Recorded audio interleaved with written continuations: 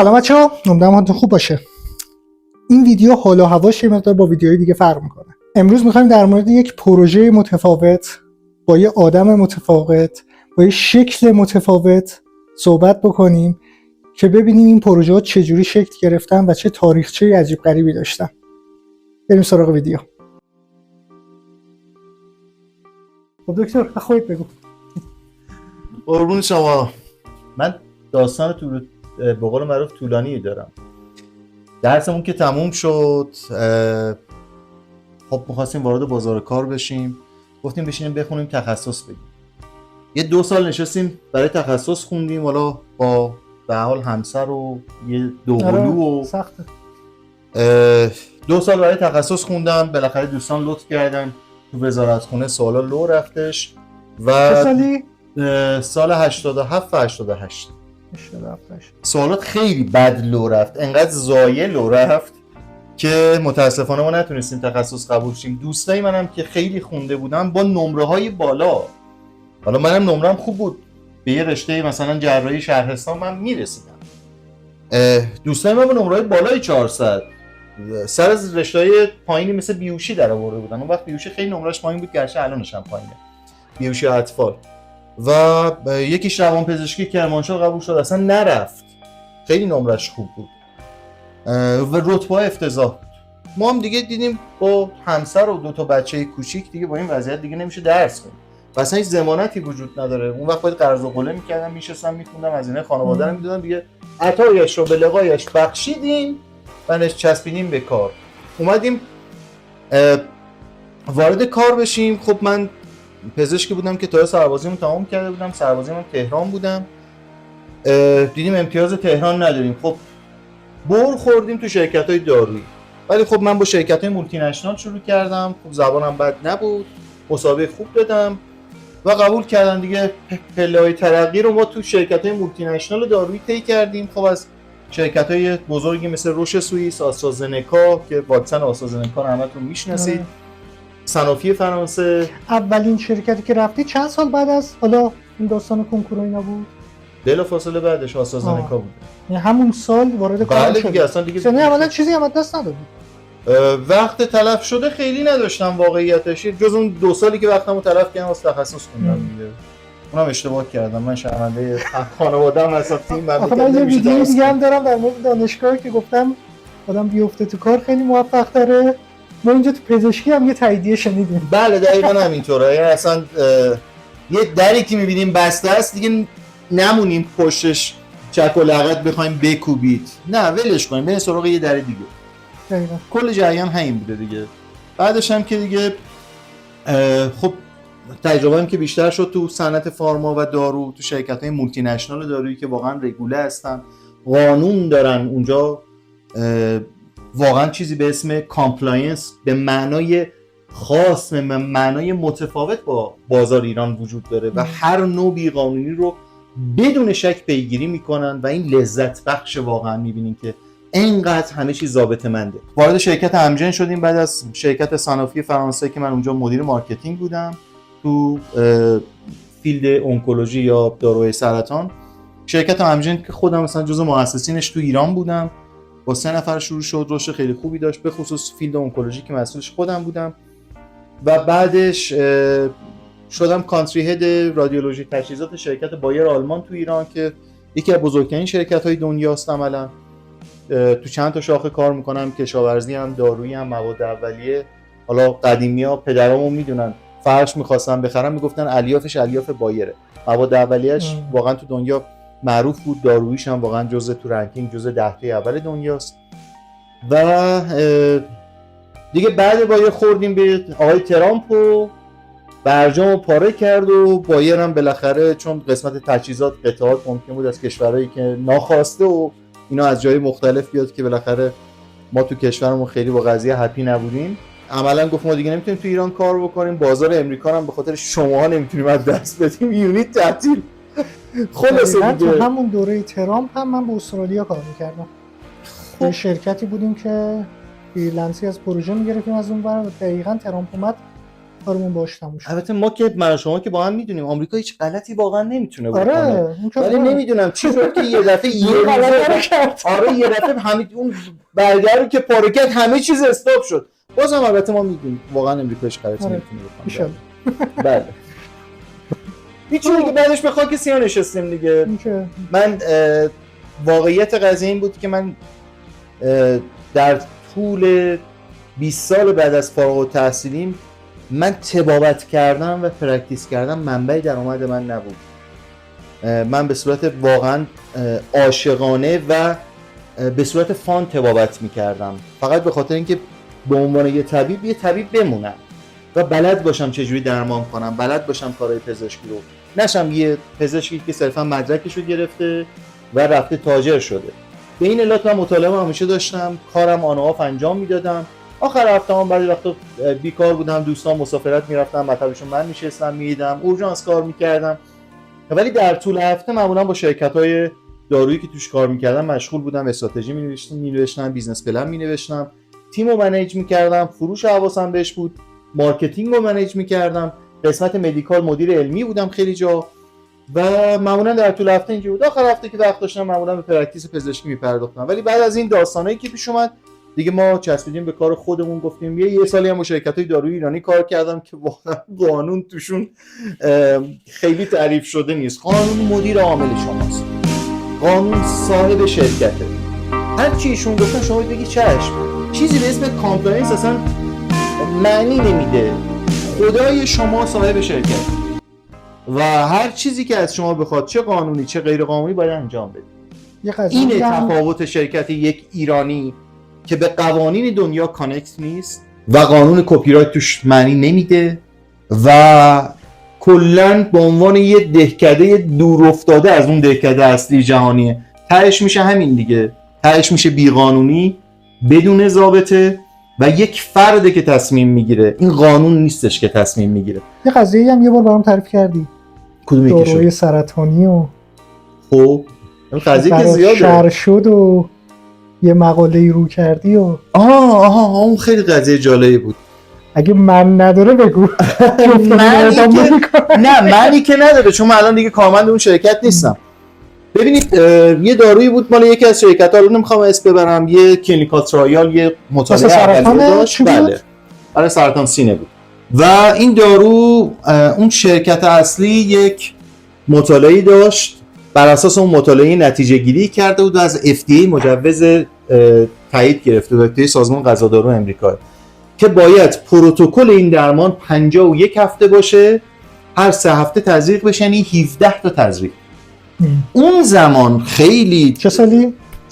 سال هولوهوش 88 یا 89 دلار 900 تومان. بله تقریبا. اون من زمان یادم 900 تومان. اون زمان قیمت هر ویالش، این داروی ضد سرطان سینه، قیمت هر ویالش بود 3,400,000 تومان.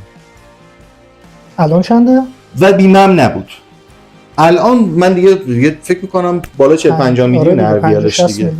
بله ویال اصلش که نیست، چون الان ما یکی از شرکت‌های ایرانی داره ژنریکشون میزنه و عملاً ویال خارجی وارد نمیشه. اون خارجی بود. بله اون خارجی بود، مال اون شرکت اصلی. 3,400,000 تومان قیمتش بود. خب همون زمان هم 3,400,000 تومان خیلی بود. قیمت یه پراید بود 5 میلیون. خیلی. شما 17 تا 3,400,000 تومان یعنی 12-13 تا پراید باید خرج میکرد، تازه یه داروی تارگت تراپی کنسر رو باید تهیه میکرد، یه سری داروی شیمی درمانی پایه هم باید مصرف میکرد و اصلا اکسپتبل نبود. وزارت خونه واقعا زیر بار نمیرفت، بالاخره یه حجم سنگینی بود، یه بودجه بسیار سنگینی از وزارت خونه میبرد که واقعا من خودم حق میدادم اگه قرار بود واسه یه داروی سرطان انقدر هزینه بکنه دیگه بودجه براش نمیموند. دانش آزاد بود، هر کی پول داشت استفاده میکرد، کسی هم که پول نداشت متاسفم که این حرفو بزنم، واقعا من دنبال یه راه حل بودم که چیکارش بکنم. همینجوری داشتم مقالاتو میخوندم، خیلی مقاله دوست دارم کلا. تو یکی از مقالات، یه مقاله فنلاندی بود، یه تحقیقی تو فنلاند انجام شده بود، بهشون گفتن، حالا اسم ترایل رو بگم خیلی از همکارای ما میفهمن اون دارو چیه، اون شرکت چیه، ولی مشکل نداره. اسمش فاینهر یا فینهر بود، ترایل فنلاندی. اون اومده بود گفته بود این دارو تحت یه رژیمی که یه رژیم پایه بود، اگه ما 9 هفته بعد اون دارو رو تو 9 هفته دومش بعد از اون رژیم بهش اضافه بکنیم، همون اثر تایید شده FDA امریکا رو داره. این ترایل داشت دقیقاً اون یه سری ایندکس توش داشت به اسم Overall Survival، Progression Free Survival، Response Rate که دیدیم همه اینا مشابه با همون 17 کورسه. یعنی چی؟ یعنی یه تحقیقی اومده بود ثابت کرده بود که ما اگه از 9 تا از این ویالا استفاده بکنیم با اون رژیم شیمی درمانی پایه همون اثر اون تحقیق اولیه رو میگیریم. و این چیزی بود که کمپانی اصلی دوست نداشت در موردش صحبتی بشه. کمپانی خارجیه یا ایرانیه؟ خارجیه. دوست نداشت در مورد این صحبت بشه چون اون مجوزش رو 17 کورس گرفت و رو اون مانور میداد که فروش بیشتری داشته باشه. یعنی عملا فروش اون کمپانی رو نصف میکرد. حالا ما رفتیم پیش یک اساتید و دوستان بسیار خوبمون که من خیلی شخصا هم علاقه حضورتون رو عرض بکنم قلبی به ایشون دارم چون بسیار آدم با سوادی، نفر اول بورد کشور بوده و یکی از پزشکان دلسوز و بسیار دوست داشتنی ماست که اتفاقا پزشک مادر بنده هم بوده که موقعی که مبتلا به کنسر شده. خلاصه ما یه بار رفتیم این دوست عزیزمون آقای دکتر رو دیدیم، گفتیم آقای دکتر من یه لینکی براتون رو گوشیتون میفرستم، این لینک رو چک بکنید، چیز جالبیه. ایشون درگیر مریضا شد یادش رفت، دیدم چیزی هم نگفت، پیگیری هم نکرد. دفعه بعد رفتم شما اجازه نداشتین در مورد اون ترایل صحبت بکنیم، در مورد اون تحقیق صحبت بکنیم دیگه. میگفتن این تحقیق اصلی که FDA گرفته اینه، شما حق ندارید در مورد تحقیقات جانبی صحبت بکنید چون عملاً فروش کمپانی رو پایین می آورد. ما چون اجازه نداشتیم و اگه صداش در میومد اخراجمون می‌کردن. به خاطر همین ما داکیومنت واقعا دست کسی نمیدادیم که بگه آقا کارمند اون کمپانی اومده بهتون سند داده، چون بعداً صداش در میومد. ما دوباره رفتیم به آقای دکتر دوستمون گفتیم دکتر جان قربونت اون لینک رو دیدی؟ گفت کدوم لینک؟ گفت همون لینکی که برات فرستادم.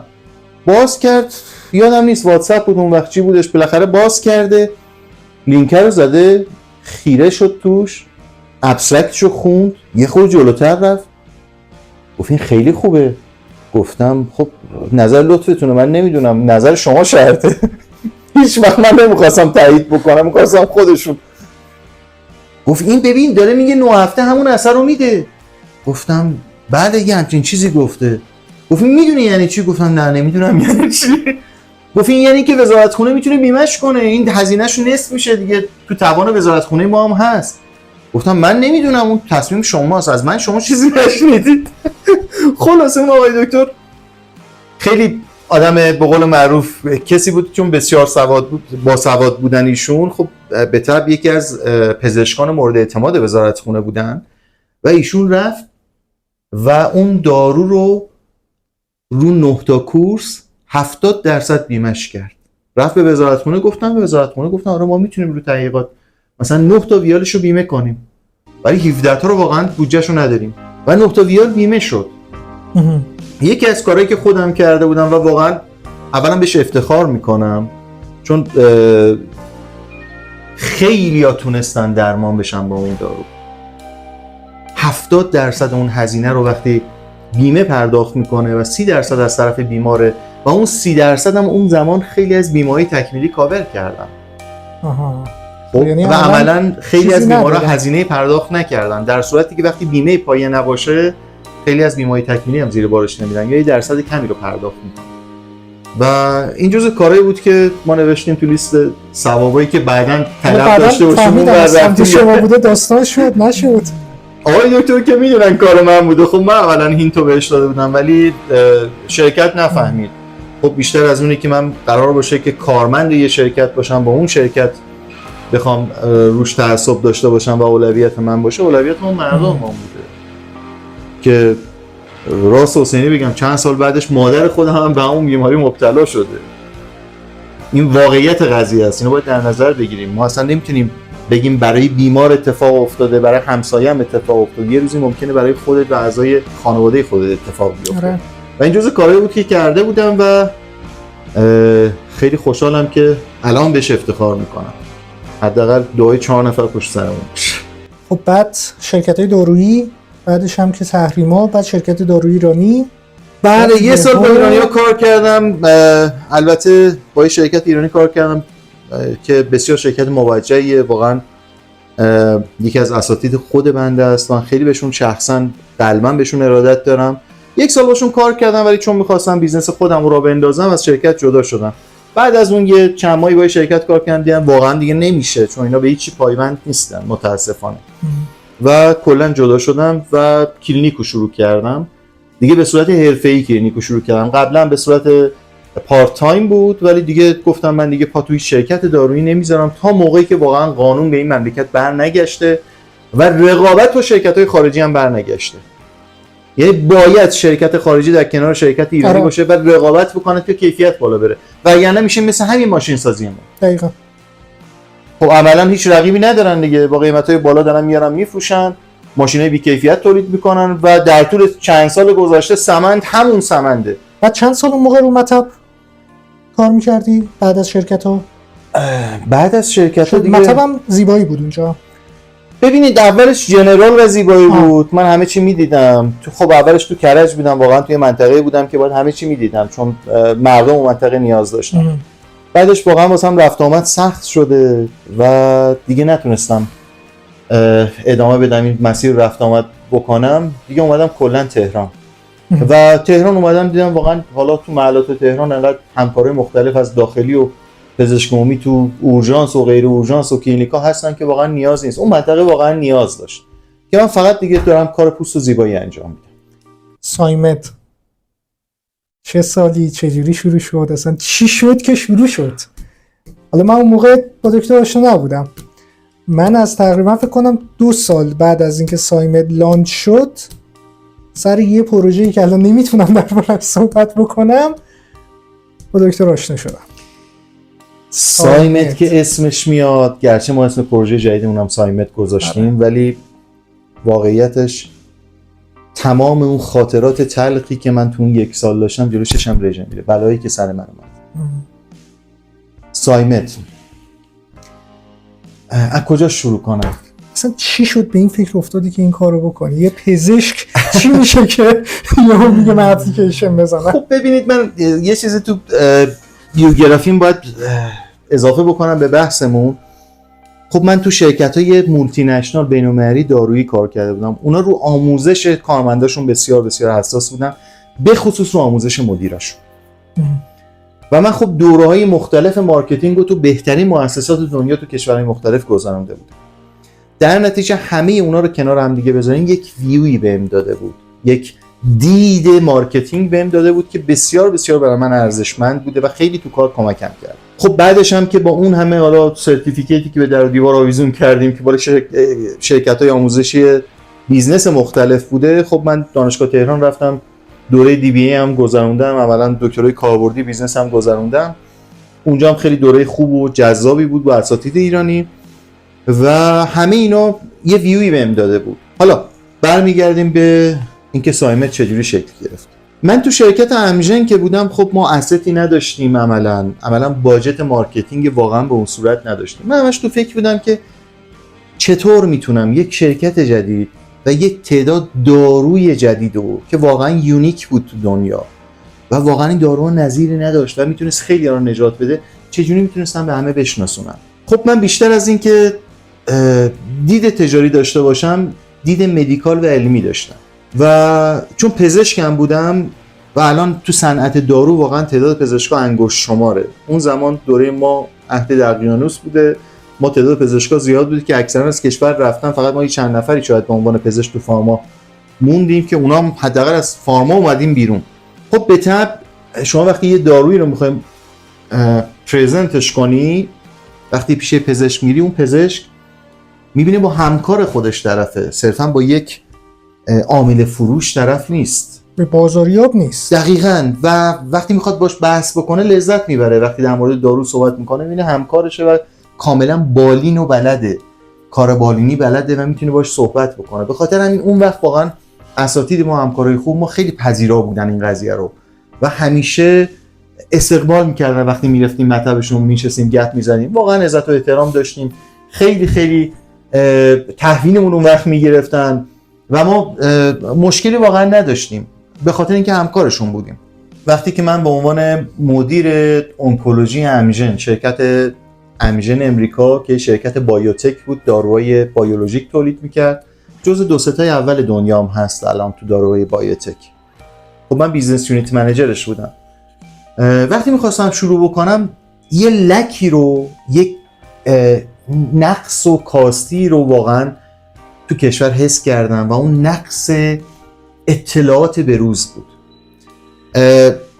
علم اونکولوژی، اسم علم سرطان شناسی تو ایران و تو همه جای دنیا نیاز به مقالات روز داره، چون هر روز داره یه سری چیزا عوض میشه.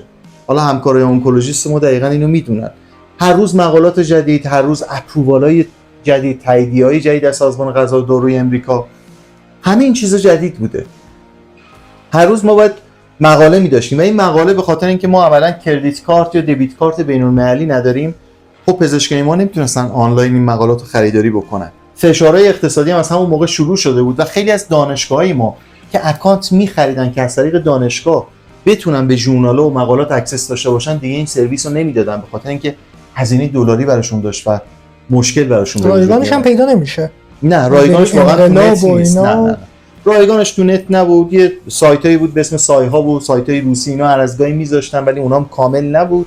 آره چون تو حوزه نرم افزارم کتابای اصلی اون زمان حالا کتاب زیاد میخوندم ولی کتابایی که چاپ حداقل 1-2 سال اخیر بود پیدا نمیشد. درسته واقعا همینطوری بود. قدیمیاش پیدا میشد.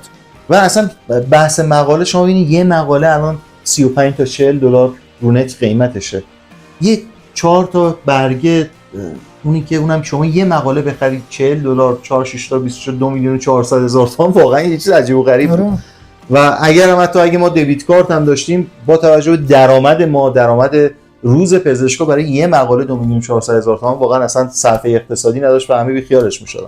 اومدم رفتم از شرکت ایرانی که نمایندگی شرکت امژن امریکا رو داشتش از مدیر عاملش خواهش کردم، گفتم به هر حال من که زیاد هزینه نمی‌کنم برای مارکتینگ، عملاً هزینه ای نمی‌کردم.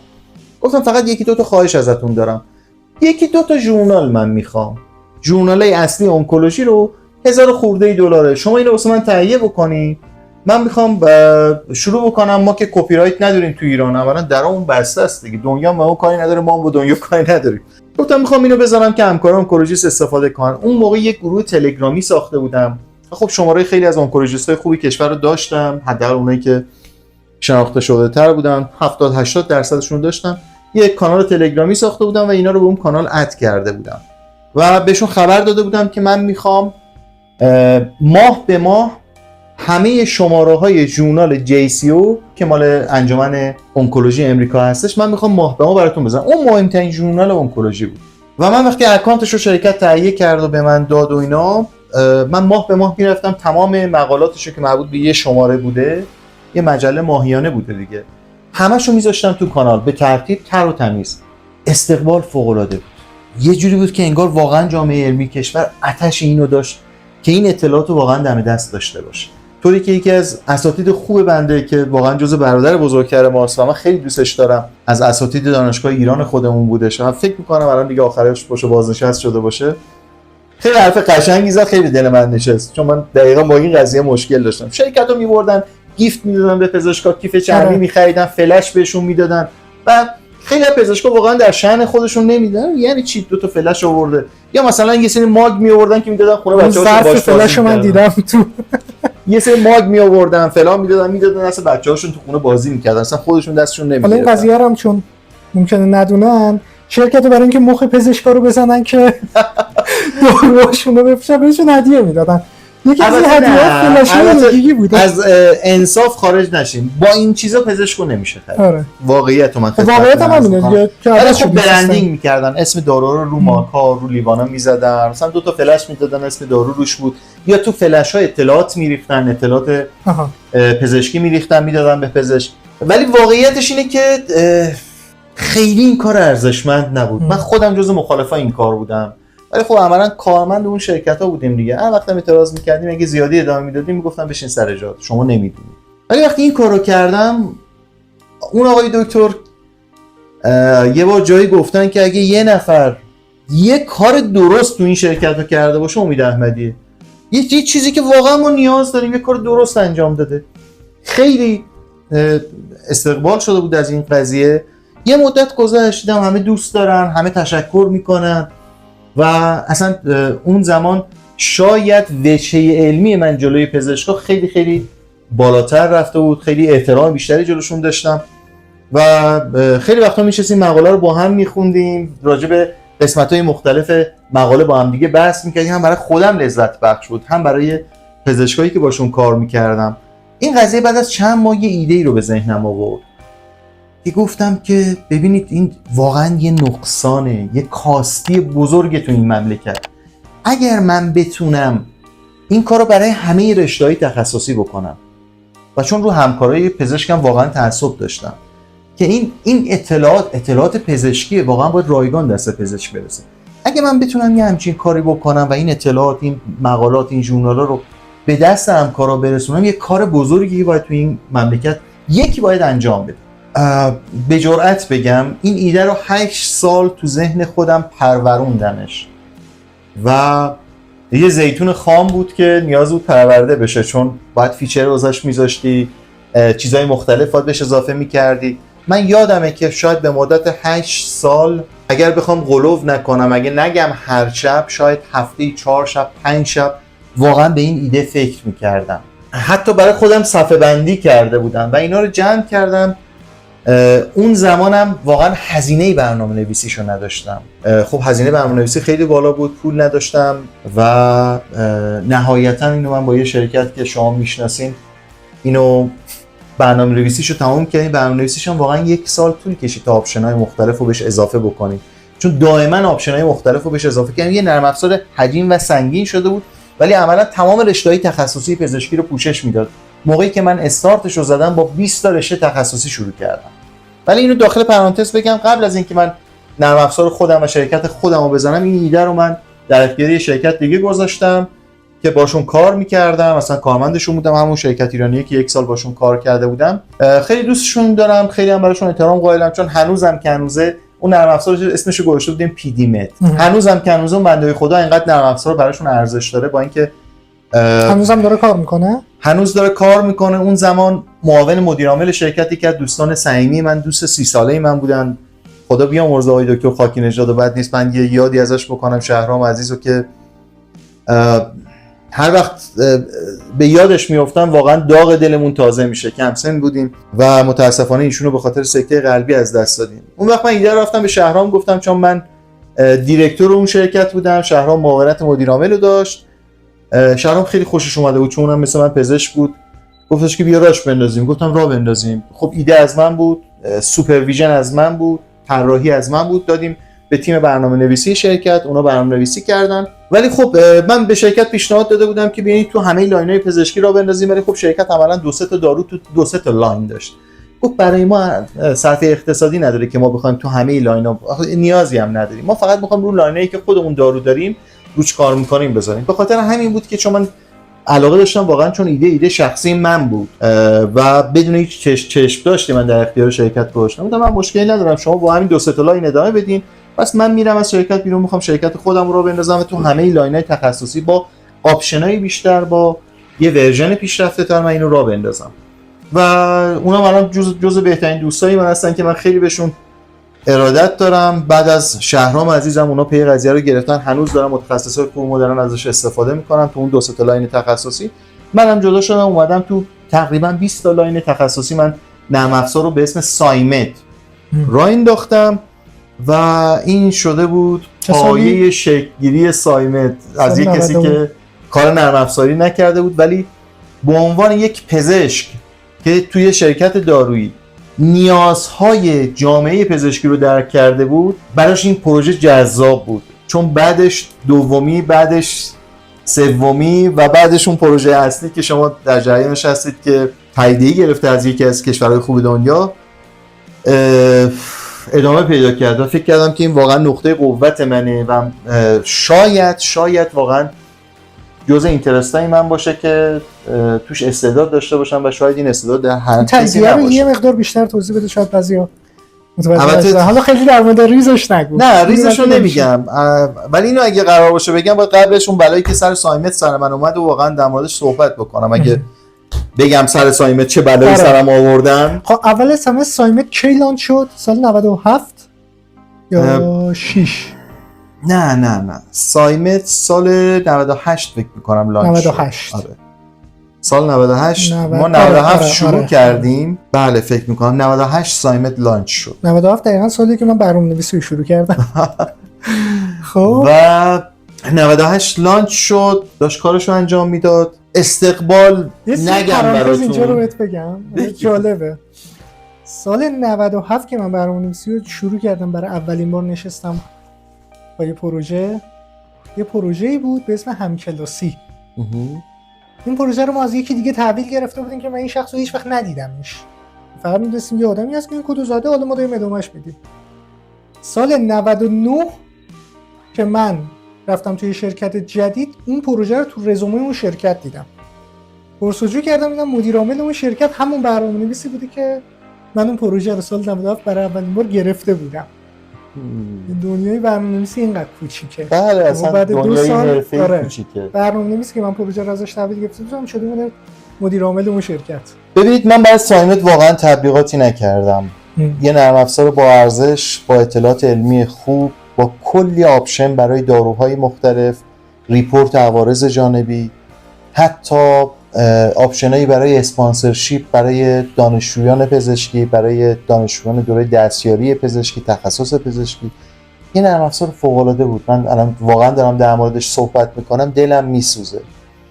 من حتی یادمه یکی از دوستان و پزشکان آشنا که من سال آشنا بودم و تا همشهری بنده بود، ایشون معاونت درمان وزارت بهداشت بود. نباید شاید اینو میگفتم. من ازش درخواست کردم که این نرم افزار رو ببینن، فقط حمایت معنوی از من بکنن. من حتی یادمه که براشون توی واتساپ نوشتم آقای دکتر من از شما انتظار حمایت مالی ندارم، من کمرم زیر مشکلات مالی این پروژه خم شده ولی سرم جلوی کسی خم نشده، ولی انتظار دارم شما به عنوان یک ارگانی که مسئولیت آموزش پزشکی در کشور رو دارید، از یه چیزی که واقعا آموزش پزشکی رو میتونه تو کشور متحول کنه حمایت معنوی بکنید، بگید این تحت حمایت ماست، ما به عنوان وزارت بهداشت این پروژه رو میپذیریم و قبول داریم. با اینکه این آقای دکتر میگم از دوستان نزدیک ما بود، ولی من نمیدونم این صندلی ریاست چیه که آدما رو غره میکنه، به قول معروف. و حضورتون عرض بکنم که این صندلی یه جوی بهشون میده که احساس میکنن خیلی بزرگن و بقیه رو نمیبینن. من 2 بار براشون پیغام فرستادم ولی حتی جواب ما تو واتساپ ندادن. حالا به حال اون صندلی هیچ وقت برای کسی تا حالا به هیچ کس وفا نکرده.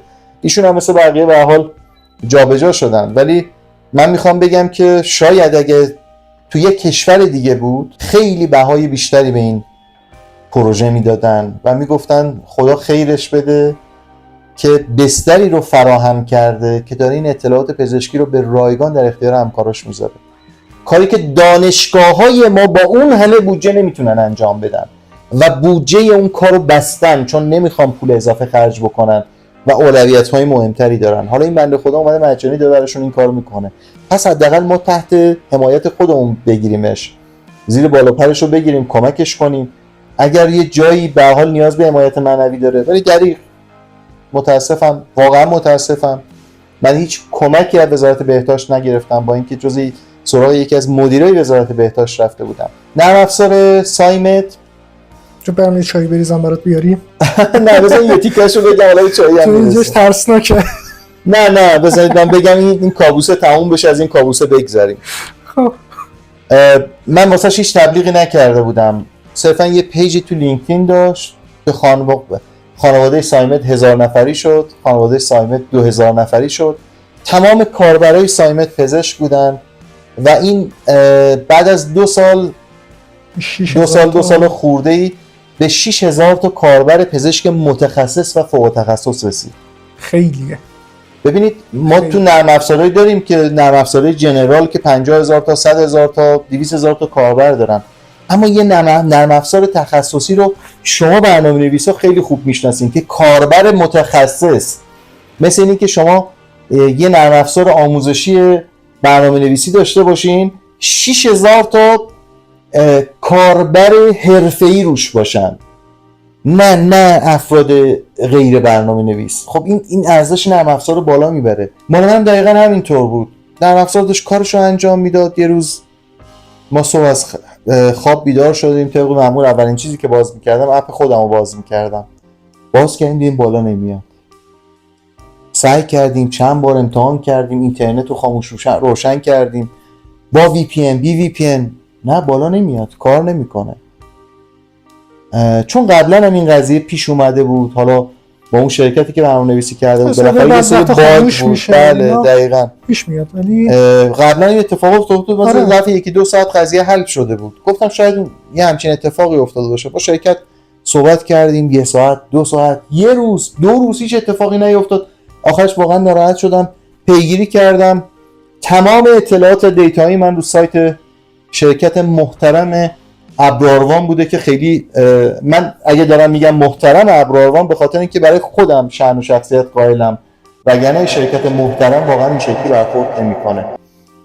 نهایتا با اونا تماس گرفتیم و خیلی راحت گفتن که ما یه مشکل برنامه‌نویسی داشتیم، تمام دیتاهای شما دیلیت شد. همون قضیه سال 98 که حالا عیدم بود، دقیقاً یادمه سروراشون هک شد، حالا نمیدونم دقیقاً چی شد که تمام سروراشون پاک شد. یه سرورم من خودم داشتم که حالا سرور اطلاعات تستم بود، خیلی اهمیتی نداشت بعد از پاک شدنش.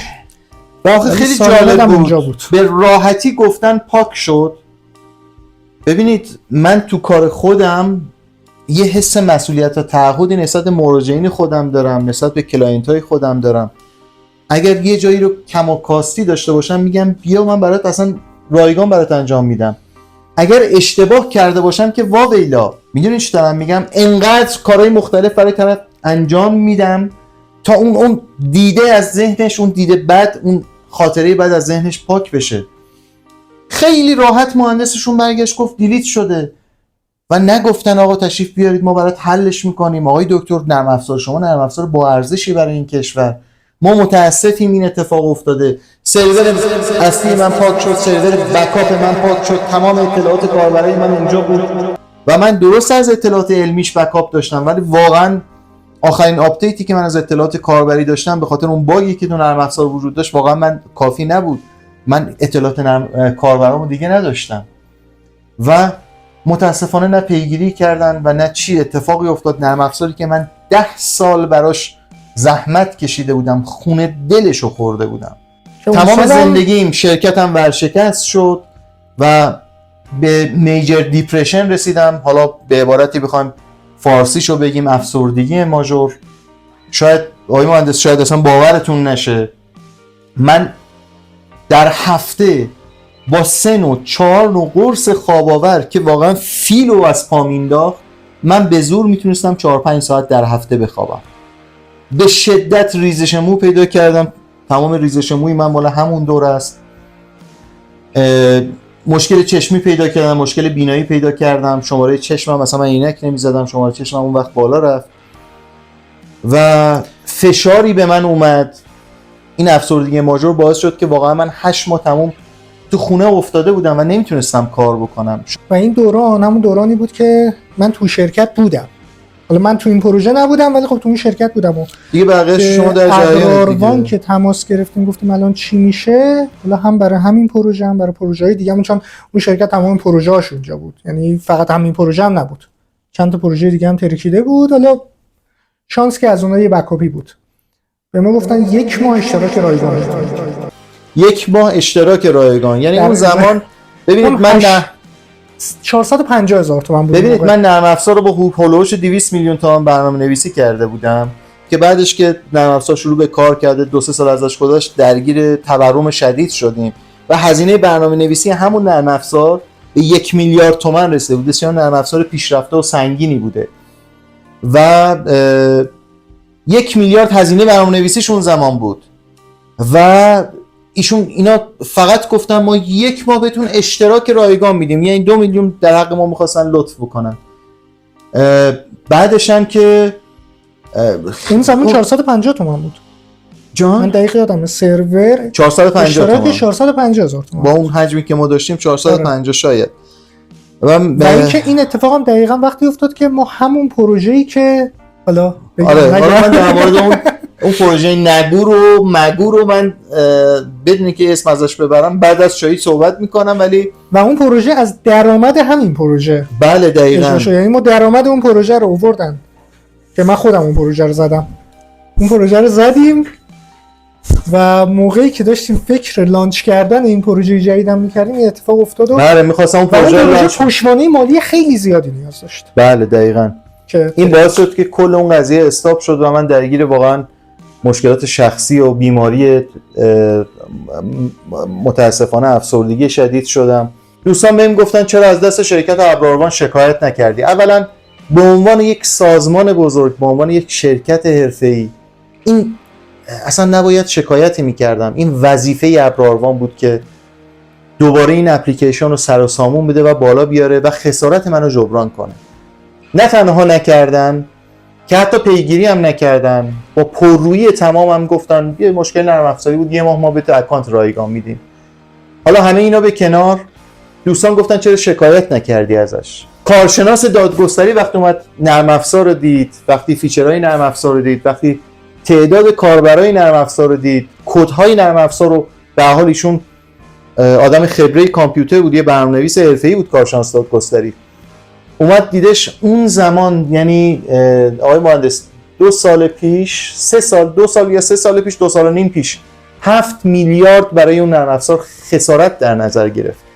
جالب بود ما که رفتیم به قوه قضاییه شکایت بکنیم گفتن که 7 میلیارد خسارت نرم افزار. خب من عملا شرافت کاریم به قول معروف زیر سوال رفته بود. با شرکت‌های مختلف داشتم کار می‌کردم. چند تا قراردادم داشتی؟ چند تا قراردادم داشتم که حالا اونا بالاخره به حرمت همکاری میدادی. بله البته اون قرارداد چند ماه مونده بود، حالا تو اون چند ماه اونا به حرمت همکاری و اینا بعد فهمیدن که چه بلایی سر من اومد واقعا، چون دست من نبود، چون به هر حال همکار بودیم، سالا با هم کار می‌کردیم. شرکت‌ها واقعا بزرگوارانه رفتار کردن، منو اذیت نکردن، اما واقعیت قضیه این بودش که وقتی به قوه قضاییه مراجعه کردیم گفته بودن که مثلا کل خسارت شما میشه 10 میلیارد، اول لطف کنیم بریم 400 میلیون بریزیم به حساب قوه قضاییه. گفتم 400 میلیون من از کجا بیارم بریزم؟ گفتم که این 400 میلیون آیا برمیگرده؟ گفت نه اگه دادگاه رو ببازی بر نمیگرده، اگر دادگاه رو ببری وظیفه ابراروان اینه که 400 میلیون شما رو بهتون بده. بعد گفتم که ببینید ابراروان یه سازمان بزرگه، هممون هم میدونیم بزرگترین ارائه دهنده سرور تو ایران، دولت هم پشتشه. خب من نمیتونم، شانس من چقدره که من ازشون خسارت بگیرم بیا 400 میلیون تومان پول دادگاه بده. گفتم ما از کل دارایی که چیزی که خاصیت نقد شوندگی داره یه سمند سفید پایه‌گازسوز موتور ملیه که اونم باید بدیم به قوه قضاییه تا به داد ما برسه. عدالت این شکلی تو این مملکت تعریف شده بود. من واقعا متاسفم، من همه زندگیمو از دست داده بودم. گفتم که ما عدالت علی رم تو این مملکت دیدیم. قربون شما زنده باش، ما خیرش گذشتیم، چون فکر میکنم که اگه بخوام پی این قضیه رو بگیرم هم مالم میره هم پولم دوباره میره، چون من که حریف ابراروان که نمیشم که. همین که تمرکز من برای پروژه های آینده از بین میره. من فکر میکنم الان وقت شایی رسیده. بریم قسمت های خوبش رو حداقل بگیم، اینقدر اصلا ملت خورد نکنیم. 2000 years later. خب حالا داستانی هم که هست، ممکنه یه عده بگن چرا بکاپ نداشتید و بکاپ نگرفتید و این داستانا. بکاپ هم گرفته بودید، سرور بکاپ گرفته بود، ولی متاسفانه باز یه سرور دیگه از ابراروان که ظاهرا اونم باهاش پاک شد. بله متاسفانه. که حالا این برای خود منم اونجا تجربه شد که همیشه 2 جا سرور بگیرم، 2 تا شرکت مختلف، دقیقاً حتی 2 تا کشور مختلف، چون سر اگه اشتباه نکنم ایران سرور بود 2-3 سال پیش گفتن دیتا سنتر آتیش گرفت. اون سری مال شانس آوردیم سرور تست بود و اصلا اهمیتی نداشت که پاک بشه یا نشه. ولی حالا خلاصه متاسفانه. خب در مورد همون نرم افزاری که شما در جریانش هستی، زحمت برنامه‌نویسیش هم خودت کشیدی و در مورد اون اگه قرار باشه خدمتتون عرض بکنم، خب آماده لانچ بود، ما می‌خواستیم تو ایران لانچش بکنیم. یک کانسپت بسیار یونیک که این کانسپت هنوز تو دنیا شروع نشده بود. من اصلا کاملا ایده ذهنی بنده بود تو پزشکی و واقعا میتونه آموزش پزشکی رو نه تنها تو ایران، توی دنیا متحول بکنه. البته واقعا سرمایه گذاری عظیمی میخواست، یه اسپانسر خیلی بزرگ میخواست، ولی ما آماده لانچش تو ایران بودیم. یعنی با بضاعت اندک خودمون میتونستیم تو ایران لانچش بکنیم، ولی متاسفانه با اون مشکلی که پیش اومد، متاسفانه با ناسپاسی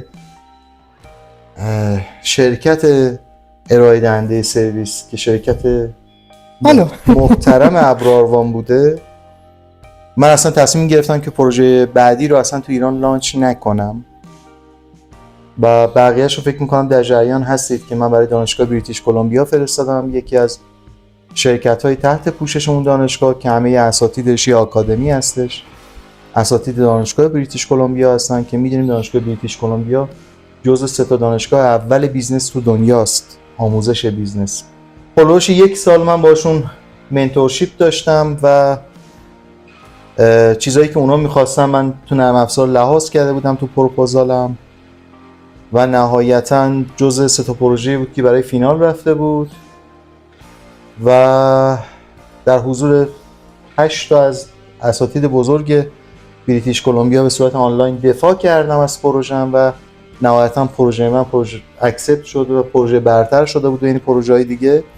البته این پروژه اون پروژه‌ای نیست که داریم لانچ می‌کنیم. بله. اونو میترسیم حقیقتاً توی من حتی اسمش هم حتی نمیتونم بگم تا موقعی که لانچ نشده، ولی این پروژه در حال پتنت شدن هم هست تو کانادا و بسیار عزت، بسیار احترام، حتی جایی که من استرس داشتم، حتی سر دفاع پروژه، حتی سر منتورشیپ، اونا آدمایی بودن که واقعا برای علم، برای ابتکار، برای اینویشن ارزش قائل بودن و نهایتا پروژه که پذیرفته شد لتر آف ساپورت رو داد، من گفتم میتونی بیا اینجا و پروژه رو لانچ بکنیم، ما هم کمکت میکنیم و حالا فعلا منتظر ویزا هستم که برم اون طرف و رو پروژم به صورت حرفه‌ای کار بکنم، چون یه حساب 2 تا 4 تا بود. گفتم تو کشور خودم وقتی ما قانون کپی رایت نداریم، نرم افزار سایمد یکی از بزرگان این مملکت، بزرگان یکی از بیزنس‌های این مملکت اومده بهم پیشنهاد شراکت داده، من گفتم اجازه بدین آقای فلانی، من تازه تو لانچ این نرم افزارم، یه 2-3 ماه دیگه من خدمتون خبر میدم. اصلا این آقا نمیتونست قبول بکنه که من چرا بلافاصله تو طبق اخلاص نداشتم تقدیمش نکردم پروژه رو. به 2 ماه نکشید یه ساختمون گرفت با پولی که داشت که تریلیاردها تومن سرمایه داره، مثلا پول خوردش هم نبود، از من جوون که تازه داشتم وارد یه کار حرفه‌ای میشدم، اومده پروژه رو کپی کرده با یه تیم ویژه، با هیومن ریسورس، با یه تیم نرم افزاری، 20 تا خط ویژه و من یک تنه جلوی یه لپتاپ، شما شاهد بودی روزی 17 ساعت جلوی کامپیوتر بودم و باز هم نتونست با من رقابت بکنه، نمیتونست رقابت بکنه، چون اصلا کانسپت نرم افزار، ایده ذهنی نرم افزار، بک‌اند نرم افزار، ادمین پنل نرم افزار تو ذهن من بود. اونا کاری نمیتونستن بکنن به عنوان رقابت با مخترع اون نرم افزار و باز هم نمیتونست با یه تیم عجیب و غریب با من رقابت بکنه و نهایتا به اینجا رسید که این فالت شرکت ابراروان بود که این نرم افزار از بین رفت. من گفتم تو مملکتی که یک قانون کپی رایت نداریم، چون من میخواستم ایده رو ثبت بکنم، فقط یه ثبت ایده میشه، وکیلم بهم گفت برای چی داری هزینه میکنی؟ هر کی بخواد کپی بکنه تو این مملکت میتونه بکنه، فقط دامین تو نگه دار. این متاسفانه مشکلی که بسیاری از بچهای نخبه این مملکت دارن. مملکتی که قانون کپی رایت نداره، مملکتی که بستر اینترنت درست حسابی نداره، هر دفعه قطع و وصلی. شما خودتون دیدین دستگاه اسکن آنالیز من که حالا تو ویدئوی قبلی، تو اون لوکیشن قبلی کنار دستم بود، من واقعا مراجعه کننده مریضم میاد میخوام صورتشو اسکن بکنم، 2 بار 3 بار باید این کارو بکنم، حتی به وی پی ان هم احتیاج نداره. یعنی با اینترنت روز معمول من نمیتونم با اون دستگاه کار بکنم. همیشه شرمنده مراجعه کننده هم هستم. گفتم تو مملکتی که یک برای کار ارزش قائل نیستن، به معاون وزیر بهداشت و درمان میگی آقا من فقط حمایت معنوی میخوام، حتی جوابتو نمیده، با اینکه این آدم دوستت بوده. حالا جدا از دوستی، تو مسئولیت حرفه‌ایش هم کیر نکرد. قانون کپی رایت که نداشتیم، نرم افزار تو با تمام بکاپش که اون همه من هزینه سرور دادم پاک میکنند و نهایتاً هیچ مسئولیتی هم نمیپذیرند و با تمسخر و توهین بهت میگن ما 1 ماه بهت سرور رایگان میدیم. گفتم چه دلیلی داره که من یه ایده جدید، یه ایده واقعا یونیک که میتونه آموزش پزشکی رو تغییر بده تو این مملکت با این وضعیت با این شرایط چجوری باید لانچش بکنم؟ کی قرار ازش استفاده بکنه؟ کی قراره حمایتت بکنه؟ و آیا بلافاصله بعدش من ماهی کوچیک و نهنگای گنده این مملکت نمیخورند؟ بلافاصله ایده رو کپی نمیکنند؟ من دستم به کجا بنده؟ آقای مهندس این بود که من فرستادم برای دانشگاه بریتیش کلمبیا و اون آکادمی استارتاپی و نهایت اکسپت شد و من منتظر ویزام. من میخوام ببینم واقعا این وسط آیا شکست مال من بود؟ شاید من یه ضربه خورده بودم، شکست اصلی مال خاک منه، مال کشور منه که من متاسفم که من مجبورم به خاطر شرایطی که تو این مملکت وجود داره من ببرم اون طرف و به اسم یک کشور دیگه و با امکانات یک کشور دیگه این نرم افزار رو ثبت بکنم، گرچه هموطنان و همکاران من تو ایران میتونن ازش استفاده بکنن ولی این امتیاز باید مال کشور من بود. نباید میگفتم اسمش رو؟ نباید میگفت. آره اینجا رو بیب زدم بخاطر اینکه اسمش رو نباید میگفتم. بیبو میذارم. اون زمان ما دامنش هم خریدیم، سرورش هم راه انداختیم، گذاشتیم رو سرور، تستمون هم کردیم، دیباگمون هم کردیم که این اتفاق سر سایمد افتاد. این قضیه کپی شدن هم فکر کنم 1 هفته 10 روز بعدش اتفاق افتاد. 1 هفته 10 روز بعدش اتفاق افتاد که شما به من گفتی بیارش پایین. بله دیگه سرور آوردیم پایین و پروژه متاسفانه همه چیشو مجبور شدم استاپ بکنم چون چاره ای نداشتم. ما تو همه چیز آقای مهندس این مملکت سلطان داریم، سلطان سکه داریم، سلطان دارو داریم، سلطان ماشین داریم، سلطان بازار فلان داریم. آقا ما سلطان نرم افزار هم داریم. یه سری آدمایی هستن تو این مملکت که زورشون خیلی زیاده و اینا نهنگن. ما 2 تا ماهی کوچیک بیشتر نیستیم، قورتمون میدن. پس بهتره دهنمون رو ببندیم، ایده‌هامون رو تو ذهنمون نگه داریم، بیرون ندیم، چون نهایتاً آینده‌ای برای ما وجود نخواهد داشت. پول اون نهنگ‌گنده‌ها رو پر خواهد کرد. حداقلش میتونیم بگیم اگه شما یه همچین ایده‌ای توی هر کشور قانونمندی داشته باشید که قانون کپی رایت رو رعایت بکنه، تهش اینوستور سرمایه‌گذار میاد جلو میگه آقا شما ایده داری 10% مال شما 90% مال من، سرمایه گذاریش مال من، بالا سر پروژه واسه حقوقت هم بگیر، 10% سهامش مال شما. من با آغوش باز اینو میپذیرم، میبینم کاملا منصفانه است، چون میلیاردها تومان ممکنه هزینه کار روی این نرم افزار و لانچش و دیولپمنتش باشه. اون داره تامین میکنه آقا من میگم 80% 90% مال شما 10% منم میشم کاملا رو پروژه که عاشقشم، ابتکارشو داشتم و به قول معروف پدر معنویشم، حاضرم کار بکنم و حداقل اینه که اسم من روی این پروژه میمونه و یه درصدی هم روش سهام دارم. ولی اینجا لهت میکنن آقای مهندس، و نه تنها اسمی از شما نمیاد که شما نمیتونی اصلا ادعایی هم بکنی، طرف میاد و میبلدت. دنیا رو آدمای این چنینی با ابتکار دارن شکل میدن ولی همشون تو پروژه‌ای که خودشون ایده‌شو دادن سهیمن. ولی متاسفانه ما تو ایران همچین حمایتی رو واقعا نداریم، متاسفانه نداریم و با تجربه تلخی که من داشتم ترجیح دادم که دیگه این پروژه رو تو یه جایی که بستر مناسبی نداره، به خصوص اینترنتش اصلا سیف نیست. ما حتی بزرگترین شرکت ارائه دهنده سرویس ما، سرور ما، سروراش یه دفعه هک میشه، همه چیش از دست میره، این هم آدم به خاک سیاه میشونن. و من چجوری میتونم اعتماد بکنم کلی کاربر جمع بکنیم، اونم با این سرعت اینترنت که اون نرم افزار با اون همه فیچر اصلا بالا اومدنش هم زیر سواله. حالا یه هم تو پرانتز بگم، این داستان هک شدن خب آره واقعا ممکنه برای هر جایی پیش بیاد، ولی اینم بگم که من حالا اسم شرکت رو نمیگم، همین 2 هفته پیش برای یه پروژه دیگه یه شرکت دیگه سرور که گرفتیم، اینا خودشون هزینه‌شو میگیرن و پولشو میگیرن، یعنی مفتم این کارو نمیکنن، بکاپو میگیرن، به صورت روزانه هم بکاپ میگیرن، یعنی شما نهایت اطلاعات 24 ساعت قبل از دست میدی که گفتن اگه هر اتفاقی هم بیفته بکاپ رو میگیریم، هر اتفاقی افتاد شما نهایت 2-3 ساعت سرورتون دانه، فرداش نمیفهمی که اصلا این اتفاق افتاده. ولی خب اینجا متاسفانه با اینکه ما هزینه‌شو دادیم بکاپ گیریش هم دستی خودمون انجام دادیم، اونجا که انجام ندادن. حالا نمیدونم شاید هم مسئولیت پذیری و حرفه‌ای بودن اون شرکت وظیفه‌شه که این کارو بکنه، نه اینکه بیاد بگه که آقا من هیچ مسئولیت در قبال پولی که از شما میگیرم در قبال کلاینت هم ندارم. کاربر متخصص و فوق تخصص این مملکت همه رو به هیچ حساب کرده، صاحب این نرم افزار رو به هیچ حساب کرده. ببین کی بود به من زنگ زدی؟ اسفند بود یا بهمن بود؟ بهمن بود. به من زنگ زدی گفتی که یا سایمت رو دوباره راه بندازی. آره یادمه، خیلی با خودم کلنجار رفتم. ببین قبلش بهتون بگم من شکست تو زندگیم زیاد داشتم ولی هیچ وقت له نشدم. خیلی نشستم فکر کردم بعد از اینکه حالا اون بحران رو واقعا تموم کردم و دوباره برگشتم به کار و سرم گرم شد، حالم بهتر شد، دیدم واقعا نمیتونم اون پروژه‌ای که اون همه سال روش زحمت کشیدم و همینجوری به امان خدا ول بکنم، این حق منه. ولی واقعا مهندس دیگه تواناییشو نداشتم تو همه رشته‌ها راه بندازم.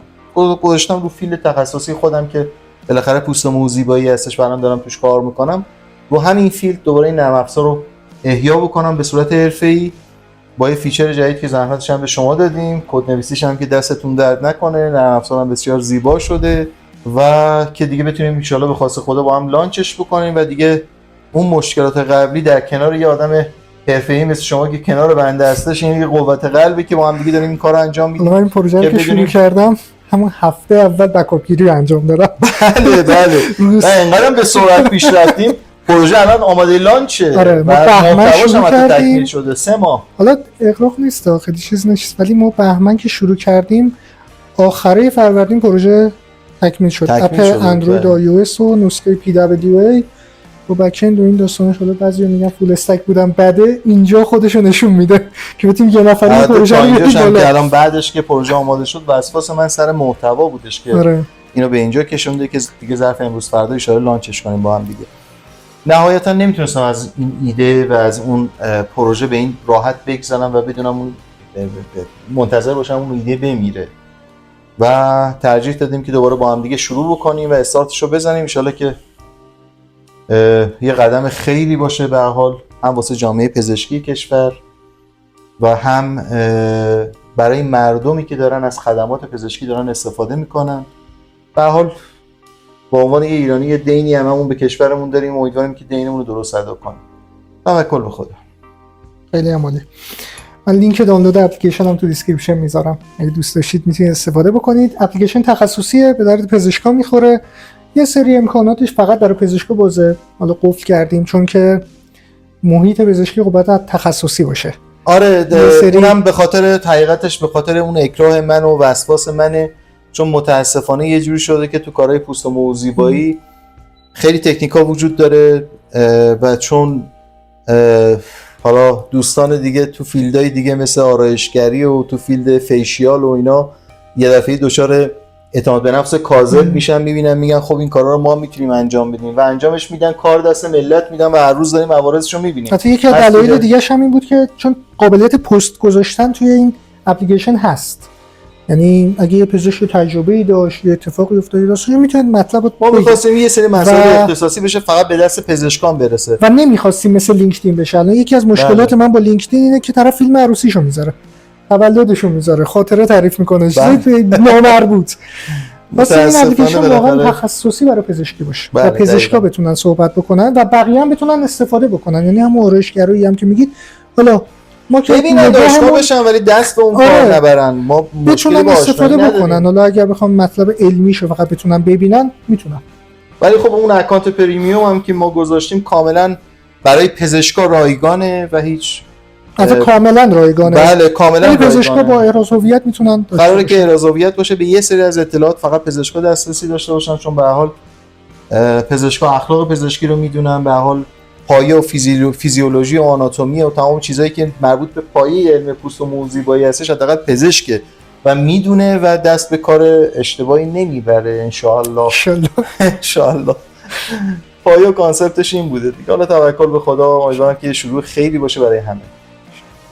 میتونم حرف آخر. حرف آخر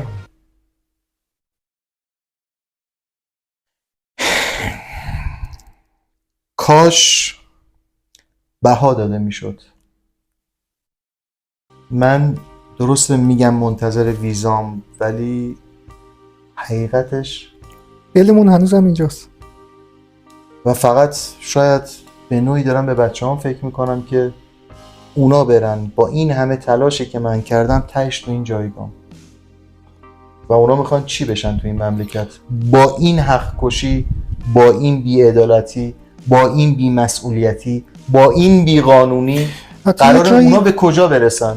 یه جایی من یه حرفی زدم کسی حرفمو جدی نگرفت. اون زمان من گفتم که ما از دولت انتظار حمایت نداریم، چه مالی چه معنوی. آقا خراب سنگ جلو پامون نندازه، سنگ نندازه، حمایت نخواستیم. من تا الان بالای 20 تا پروژه فقط استارتاپی اجرا کردم، فنی. من خودم صاحب کسب و کار نبودم. از این 20 تا حدوداً شاید 12 13 تاش سر این داستانا زمین خورد. مجوز نگرفتن، نمیدونم داستان پولشویی پیش ما گفتن آره اگه این اینجوری استفاده شه پولشویی میشه. گفتیم خب آره، رفتیم درست کردیم، اومدیم دوباره یه ایراد دیگه، دوباره یه ایراد دیگه تا بودجه تموم شد. واقعا بودجه پروژه تقریبا 3 ماه سر این ایرادایی که گرفته شد طول کشید، بودجه تموم شد. حالا میگم کاش این موقعیت مهیا بود و ما همه کارو اینجا میکردیم. آره واقعا و ما هم کردیم.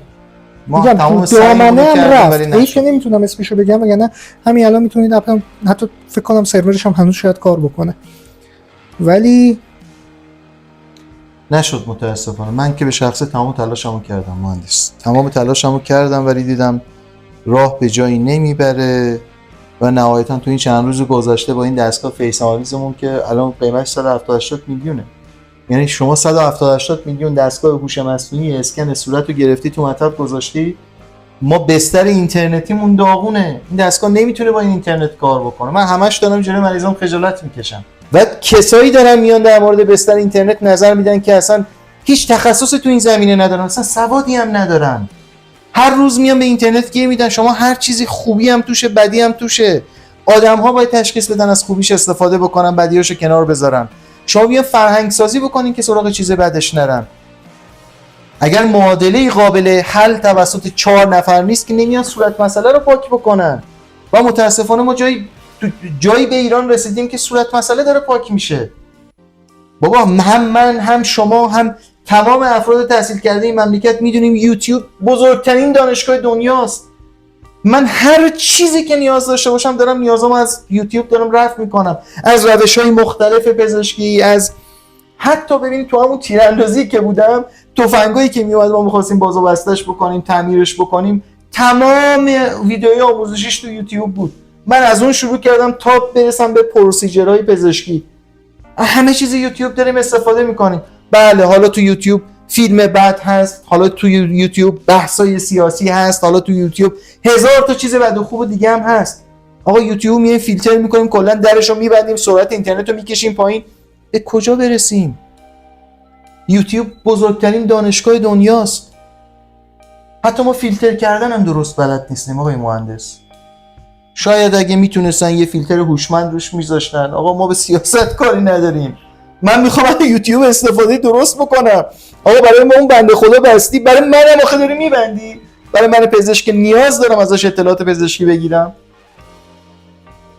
خب تهش میشیم این، تهش میرسیم به حرف اون خواهر بزرگوارمون که تو شبکه سراسری خبر میگن آقا همینی که هست، نمیخوای میتونی بذاری بری.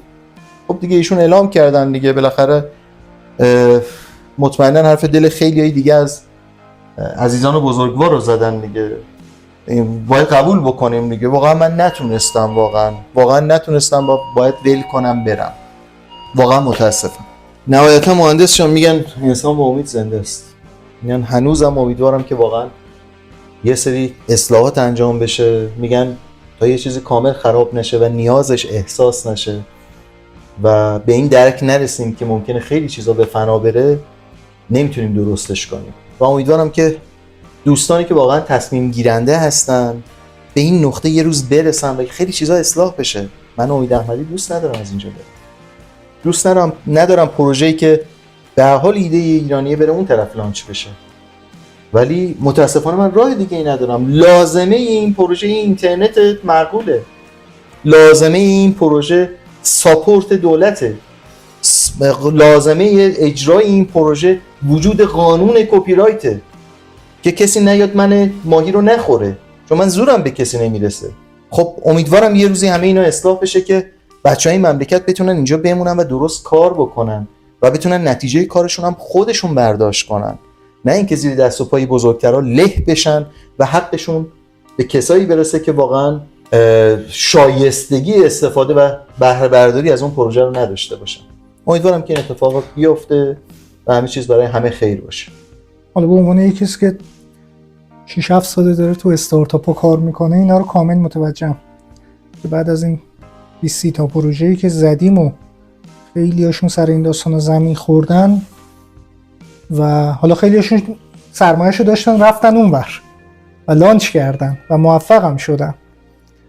ولی خب یه عده‌ام متاسفانه مبالغ بالا 100 میلیون 200 میلیون. ما واقعا پروژه داشتم که کارفرماش ماشینشو فروخته اومده پروژه گذاشته و سر یه داستان، حالا یه موردش هم شما، من حتی اون یکی مورد شما دیگه بودی. یه چیز رو به طنز بگم، واقعا طنز نیست، واقعا حالا اتفاق افتاده. اون زمان هزینه‌ای که من کرده بودم میشد باشه شاسی بلند خوب خارجی معقول خرید و همسر من بهم گفتش که ببین تو جلسه داری میری این اونور داری میری، میگم با این همه سابقه نتیجه کارش چی بوده؟ چون مردم عقلشون به چشمشونه، میگن خب این فرد اگر کارش کار موفقی بوده، اگه نتیجه معقولی میگرفته، خب برداشتم میکرده دیگه، الان باید به ماشین زیر پاش هم نگاه کنی دیگه، به گوشیش هم باید نگاه کنی دیگه. تو این کارا رو برای خودت نمی‌کنی ولی داری میری یه هزینه یه پروژه می‌کنی که آیندهش مشخص نیست. ولی من مخالفت کردم، گفتم همین ماشین برای من کافیه، بذار من کاری که دلم میخواد انجام بدم تا یه عمر خودمو ملامت نکنم. و شاید مهندس چون الان دارم میفهمم یا به اون نتیجه دارم میرسم که تو همسر من درست میگفت. من اون وقت جوگیر شده بودم، متوجه نبودم. اون ماشینه رو اگه سوار میشدم الان وضعیتم خیلی بهتر بود. ولی خب به حال چه میشه کرد دیگه. به قول هموطنان آزادیمون بودی که وار همینی که هست، نمیخوای جمع کن برو. حالا ان شاءالله که این پروژه همون هم موفق بشه، شما هم ویزا اوکی شد رفتی اونور دست ما رو هم بگیری و نه در حال اون طرف واقعیتش اینه که یه پله‌ای خواهد بود برای پیشرفت و به حال امکانات اینجا نیست، حداقل از امکانات اونور استفاده بکنیم. ولی نهایتا واقعا دلم میخواد که کارهای بعدی رو بیایم ان شاءالله دست به دست هم دیگه بدیم، تو کشور خودمون انجام بدیم تا این نتیجه خوب بگیریم. اون طرف هم بریم، بالاخره یه پامون این طرفه، دلمون اینجاست و دوست داریم که هرچی اتفاقات خوب ممکنه به قول معروف تمام رویدادهای خوبی که ممکنه یه روزی اتفاق بیفته تو این مملکت اتفاق بیفته ان شاءالله. مرسی دکتر وقت گذاشتین. مخلصیم. اصلا زنده و پایدار باشید. قربون شما.